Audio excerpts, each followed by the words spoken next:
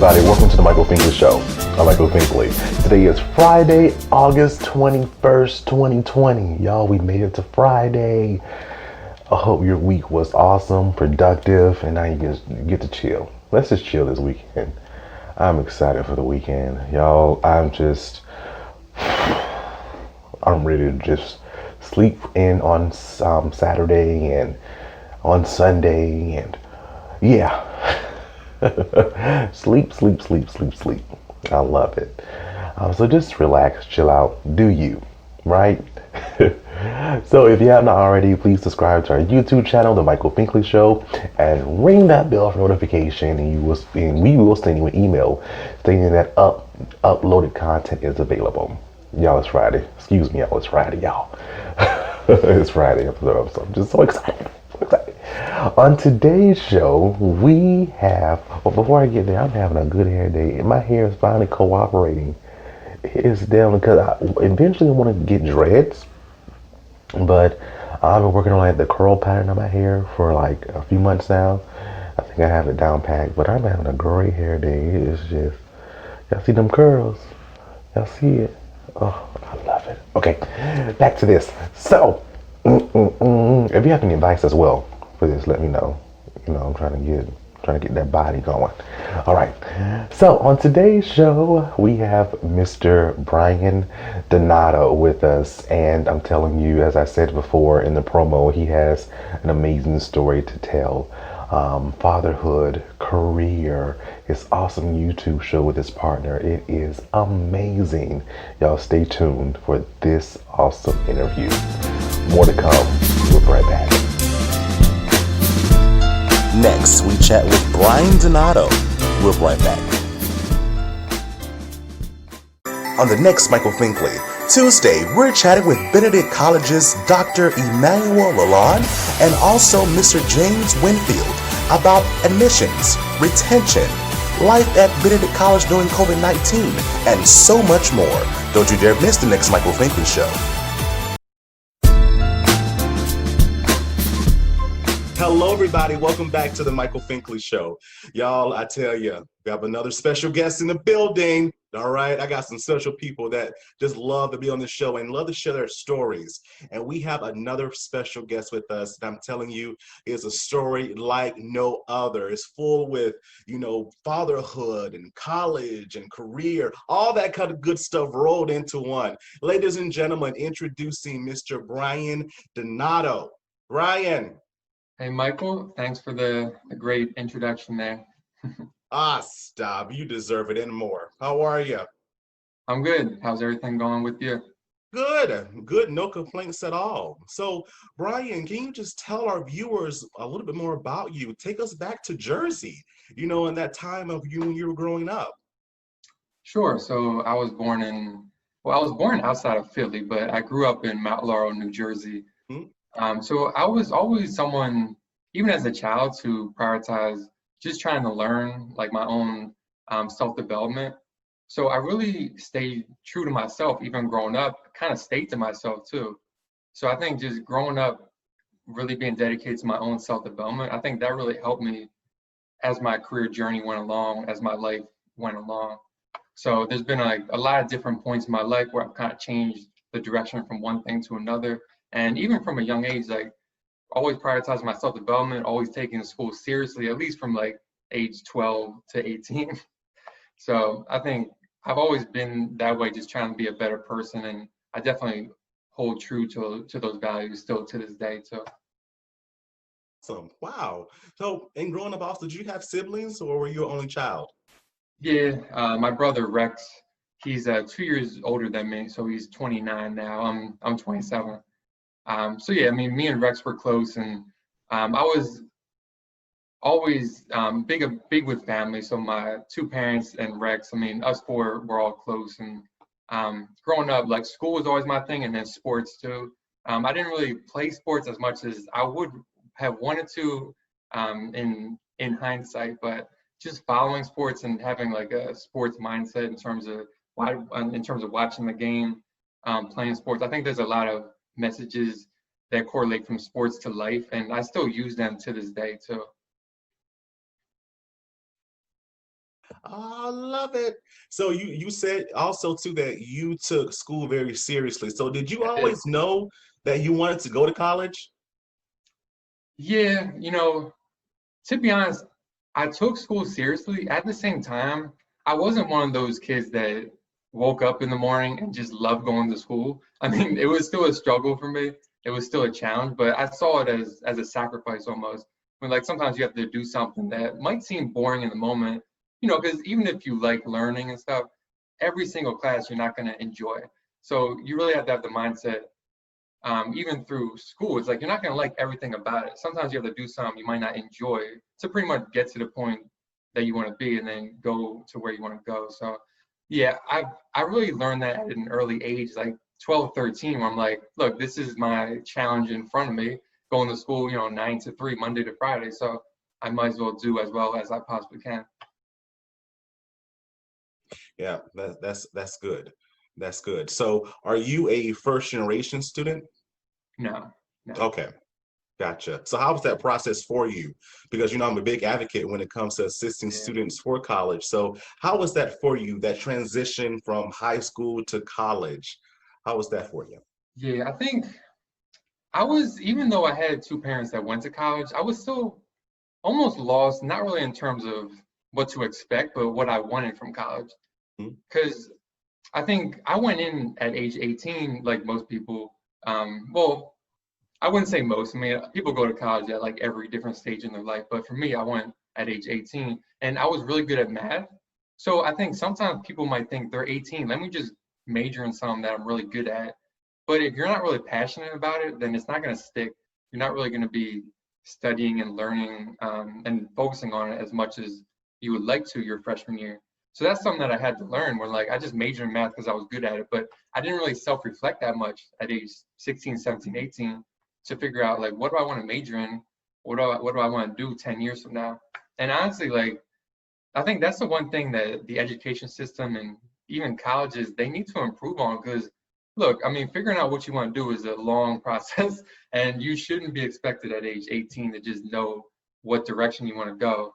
I mean, so I think even in high school, they should emphasize that more. Different tracks of vocation, and the whole. I don't want this to be about trashing the education system, but of course, there's a lot of improvements that can be made, and it starts with really inspiring, kids, and then from there, really showing them the diversity of life and the diversity of different careers out there too. So for me, I definitely had to learn that like 18, 19, 20, figuring out what I want to do. Yeah, yeah, and I definitely get you. And that's why when I'm counseling students, I try to get them as early as possible because even in the sixth grade, you're gonna start applying for scholarships for college. But actually coaching students through the process of college should definitely start their ninth grade year because this is when, if you're going to college, this is when admission counselors are looking at grades. I didn't know any of this until senior year of high school. I didn't have that proper guidance. So that's another conversation. I definitely agree with you on that. Yes, sir. Sure. Definitely will. And yeah, and one thing I'll add too. I mean, like I'm in Philadelphia, Pennsylvania now. So Mhm. for the school system here, even in high school, a lot of times you apply to high schools in eighth grade. So that's kind of a little bit strange to begin with, because then it's like your grades really matter in seventh grade, eighth grade, sixth grade, because you're applying to high school. So if you do poorly in seventh, eighth grade, you most likely won't go to a top school when you go to high school. So I think teachers, the education system, parents, they have to emphasize, especially in a city like Philly, like education and all of that, even more so at a younger age. Like you shouldn't just be worried about college at age 17, 18, because the building blocks are really your whole childhood, really. Yeah, definitely. I get you. And in your time in college, what did you learn about yourself? Because I feel college, yes, you're going to get a degree while you're there, but it's supposed to change your overall being. So what did you learn about yourself? Yeah. Well, the first thing I learned was what I didn't want to do. So, like I Uh-huh. said, I majored in math, and I realized quickly it's like I don't really enjoy this. Like it's just numbers. Like although like I was really good at math in high school, and I still have like that sort of right brain they call it. I have a lot of left brain too. So I need to do something that kind of challenges my creativity.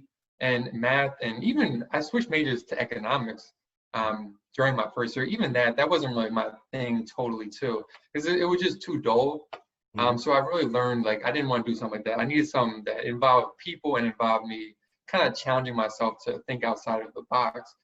So like that journey, especially my second and third years, I did a lot of volunteer work. So like different nonprofits at schools. I was a tutor, I was a mentor. So just that sort of work that really showed me I like to try to empower people, try to positively impact people from that standpoint. And creativity comes into play because you're not like painting or doing art with them, but Right. you have to be creative in how you think and how to respond to someone, how to communicate with someone, thinking the best way to impact this young person.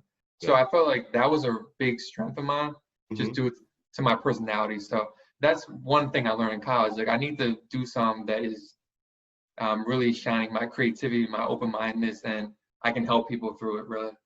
Gotcha. Yes, sir. And even after college, your undergraduate years, you went on to pursue more education. You have a master's in positive psychology. I've never heard of that program before. Can you explain what that is? Yeah, sure. I didn't hear about it either until I like 2 months before applying. So it's like, so sometimes regular psychology is like studying, I guess, the human mind, but a lot of times in psychology and the world in general, we're treating people that quote unquote have something wrong with them. So you're trying to like fix issues, fix challenges, but positive psychology is like the absence of something wrong does not mean everything is right. So it's like you have to combine the two. So if you're going through a major issue, okay, you have to overcome that. That's one side. But then once you overcome that, then where are we going from here?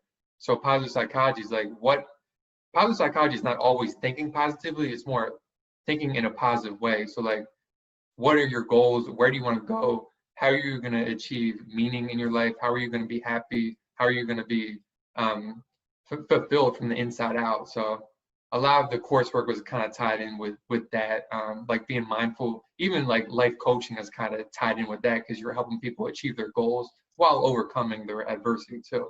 So that really led me to it. I was going to go for psych, then I stumbled upon positive psychology. So I'm like, this looks kind of cool, and and I've always been an outside of the box thinker. So I'm like, this would be more fun, pretty much. Do this for a year, get this master's degree, and then see what happens from there. And how does that help when gaining that degree? How does that help you with what you do now professionally? Yeah, professionally, so I work with 17 to 22-year-olds out of the foster care system. So I'm pretty much like a life coach, case manager sort of role. So I think a lot of times, especially in this field, like working with young people who are going through challenges, I think sometimes social workers and just adults, they may kind of treat the problem and problem as in like something that the young person or person wants to work on, like treat the adversity. But then it's like you're so focused on the adversity, there's a whole nother side of someone's life that you're missing. So like once you overcome whatever obstacle that you're trying to overcome, then it's like you got to try to empower someone. Like, look, like you can do a lot more than this. You can succeed like at all of these levels that maybe you're not thinking of. So I'm just here to help you out, to support you in that. So that's how it kind of comes into play. Definitely get you. Awesome. And then we know that within all your hard work that you've done over your course of your life right now, we know that behind every awesome man, strong man, is a awesome woman. So Yeah. elaborate a little bit more on your relationship with Miriam. Yeah, I mean, Miriam and I, we definitely are on the same page with things. And that's particularly important because I think, any couple, certain things you may have a different opinion on, but I mean, in a relationship, you have to really communicate to the point that you're seeing things like Yeah. as a whole. So you're not just trying to be right. You're trying to make the two of you be as great as possible. So that's like a different sort of mindset. And I have that mindset with everything too. Like I'm not really trying to be right. I'm trying to figure out my truth and trying to figure out your truth too. So to, like, try to like combine the two so that we're the best people we can possibly be. And of course, we're a parent to a 1-year-old too. So teamwork is of course so important Yes. with that. Ah, I love it. And when we come back, Brian, we're going to talk about fatherhood and how you all are doing this in a great way when you're actually raising your son Ace. We'll be right back.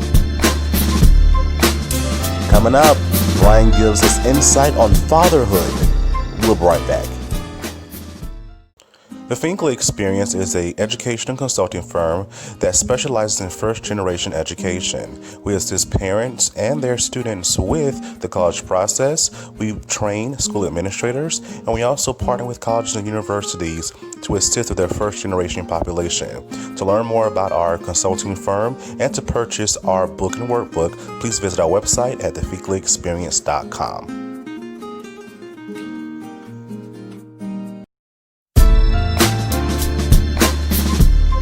Welcome back to the Michael Finkley Show. We're still chatting with Brian over here, and we left off with him talking about fatherhood, his awesome son Ace. Can you describe, if you can, in words, what's it like to be a father? Yeah, it's definitely great. I think it's pretty much like, it's a time in your life when it's not just about you. So I think, college, even your early career journey, it's all about you, which is not a bad thing. I mean, you have to Right. grow yourself, you gotta find your career, you gotta find the person for you. And then fatherhood and parenthood is like, look, like it's not just me, it's Ace, and Ace comes first. So, I really try to be intentional with, being the best father I can be. So I like to be proactive with parenting. So me and Miriam, I mean, we're thinking of things like when he's 5 years old, when he's 12 years old, like different mindsets to instill with him. And it's just a journey. So you have to embrace it. There's gonna be the ups and the downs, and it's gonna be tiring, but you just gotta see like, look, you really gotta work through this and enjoy the process of it. Enjoy your child, even if you're tired, and really trust long term. Like, this is gonna be an amazing journey being a father. I love it. I love it. How old is he again? He's 14 months. Wow, that's Yeah. amazing. That's awesome. And so let me ask you this question. What's going on in the world today when you're looking at the pandemic, when you're looking at racism in that right, and with you and your partner, you all are an interracial couple. So Yeah. how are you and your partner going to explain one day to Ace this crazy world? Yeah, I think that you make a great point. There's a lot of tension going on. And the frame that we're going to use is having the productive mindset through it.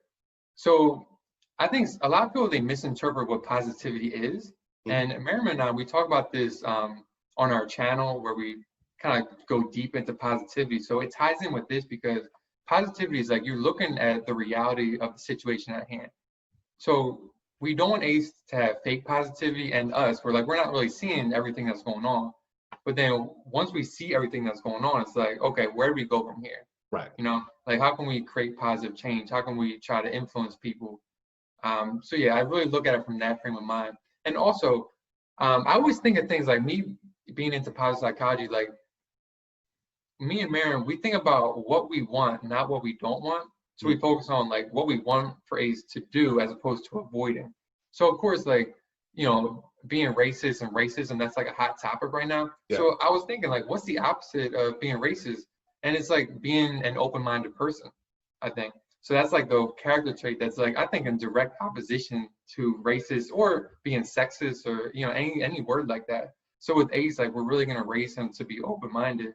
And then, that's like, don't judge people, don't group people, don't have biases against people. And then from there, like, he needs to have courage to, try to really influence maybe the closed-minded people out there, you know?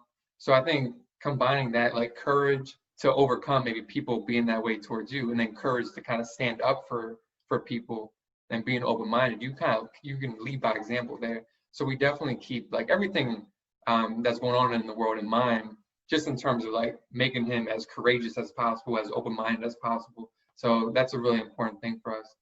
Oh, I love it. I love it. And you mentioned, positivity. You mentioned having an open mind, things that we need in the world today. But those Yeah. are different. Those are also topics that you talk about within your show as well, raising an ace.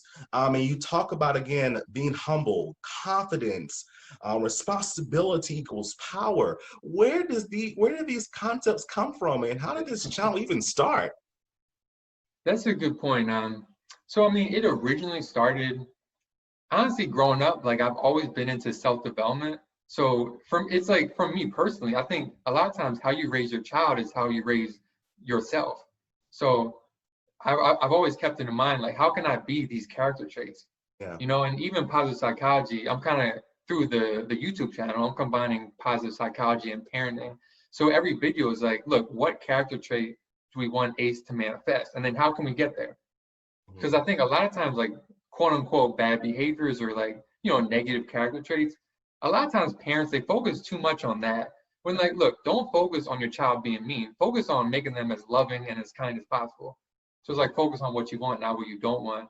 And Miriam and I, when we found out she was pregnant, we then were like, how are we going to raise Ace? So it really started then. And we've really been proactive in trying to think through like we want Ace to be great. So what is greatness? What are the character traits that encompass that? You know? Oh, I love the way you said greatness because we're already created out of a great man.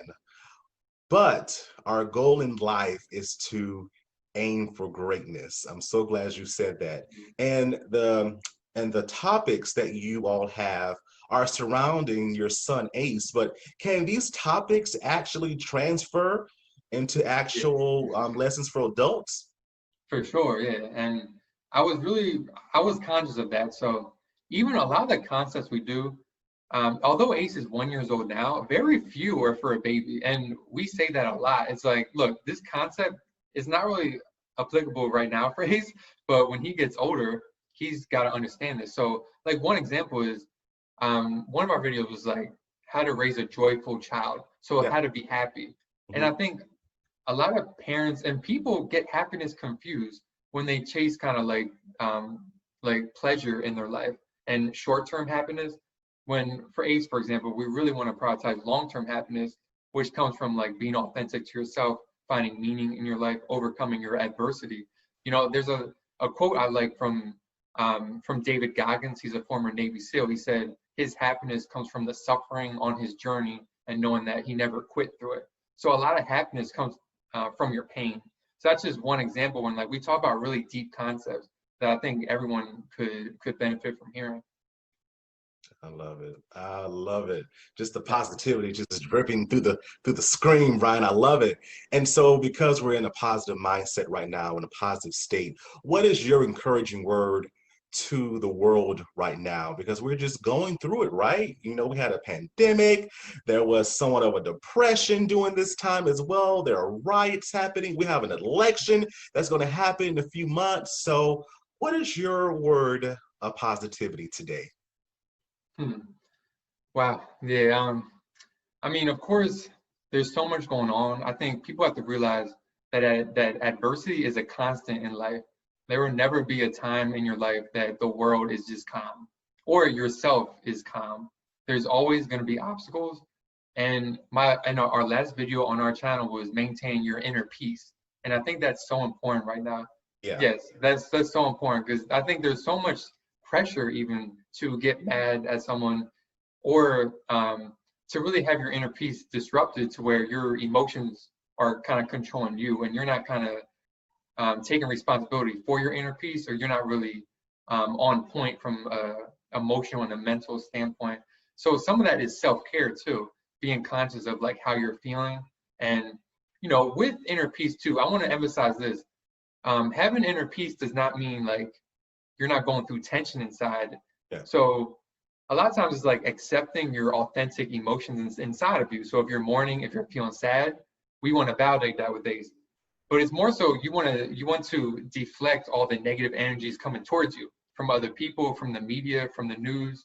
You want to deflect all of those off, and while simultaneously accepting your own negative energies and then kind of going to war with yourself, kind of embracing the pain, knowing like this is going to pass. As long as you stay committed to your self-reflection, you're going to be able to overcome this. And a lot of that is being mindful, and there's so much to it, but really I just hope people just have hope and they really just stay in the present moment and really focus on like, where do we go from here? Like, everyone I think is born to be a courageous person, everyone. So I think you really got to embrace that and have trust that, look, I'm a courageous person, I can make it through this challenge.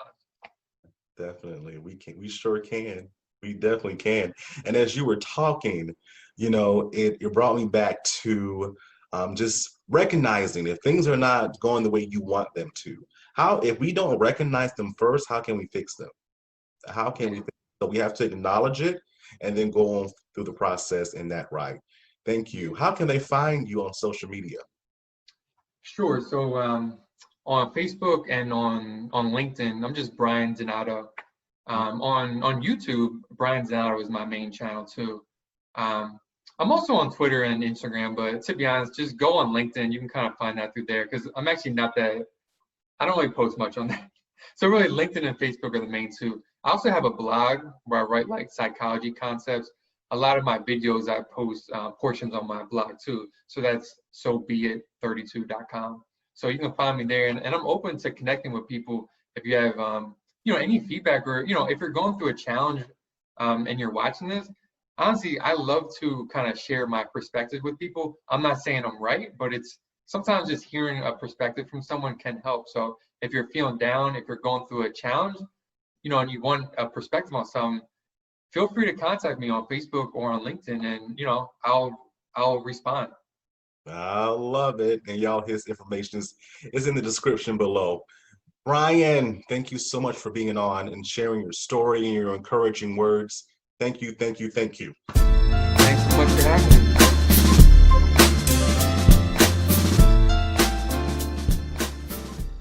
On the next Michael Finkley, Tuesday, we're chatting with Benedict College's Dr. Emmanuel Lalonde and also Mr. James Winfield about admissions, retention, life at Benedict College during COVID-19, and so much more. Don't you dare miss the next Michael Finkley show.